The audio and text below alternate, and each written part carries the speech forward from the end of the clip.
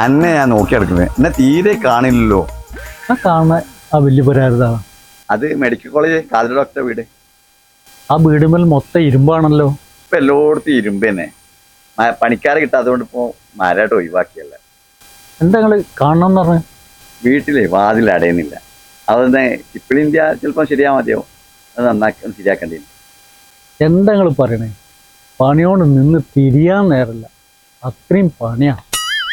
നിങ്ങൾ വേറെ ആരും നോക്കിയോളെ. ഒന്നാമത് ഒഴിവില്ല. ഒന്ന് വിചാരിക്കട്ടോ.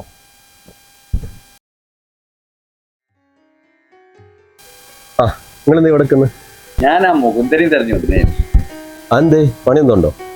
വാതിൽ അടയുന്നില്ല. ചിപ്പിളി എന്തൊന്ന് ശരിയാക്കാനേ. ഓന് ഒരു ഒഴിവില്ല എന്നാ പറഞ്ഞു. മൂപ്പരിപ്പ വരും. ഞാൻ പറഞ്ഞ ശരിയായി തരാം. ചെറിയൊരു പണിയല്ലുള്ളൂ, ഇപ്പോഴും എന്താണല്ലോ. ആ മൂപ്പരതാ വരുന്ന. നിങ്ങളെന്തേ പോന്നെ? അതെ, അതൊന്നും പറയണ്ട. എൻ്റെ മൊബൈല് തെരുവിൻ്റെ വീഡിയോ വെച്ച് മറന്നുപോയി. ആ അതെനിക്കറിയാം. പോകുന്നേട്ടാ നിങ്ങൾ മൂപ്പര വാതിലും ശരിയായി കൊടുത്താളി. എത്ര ദിവസമായി പറഞ്ഞെടുക്കുന്നത്? തിരക്കാണ് കുട്ടി. നിങ്ങൾക്കറിയാം, നിങ്ങൾക്കൊരു തിരക്കുമില്ല, ഭയങ്കര മടിയാ.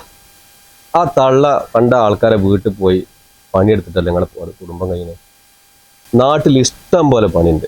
നിങ്ങളെ പോലത്തെ ആൾക്കാർ പണിക്കൂല.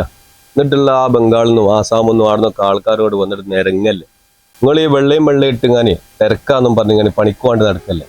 പണ്ടേ നിങ്ങളൊക്കെ പണിക്ക് കിട്ടണമെങ്കിൽ എന്തായിനി?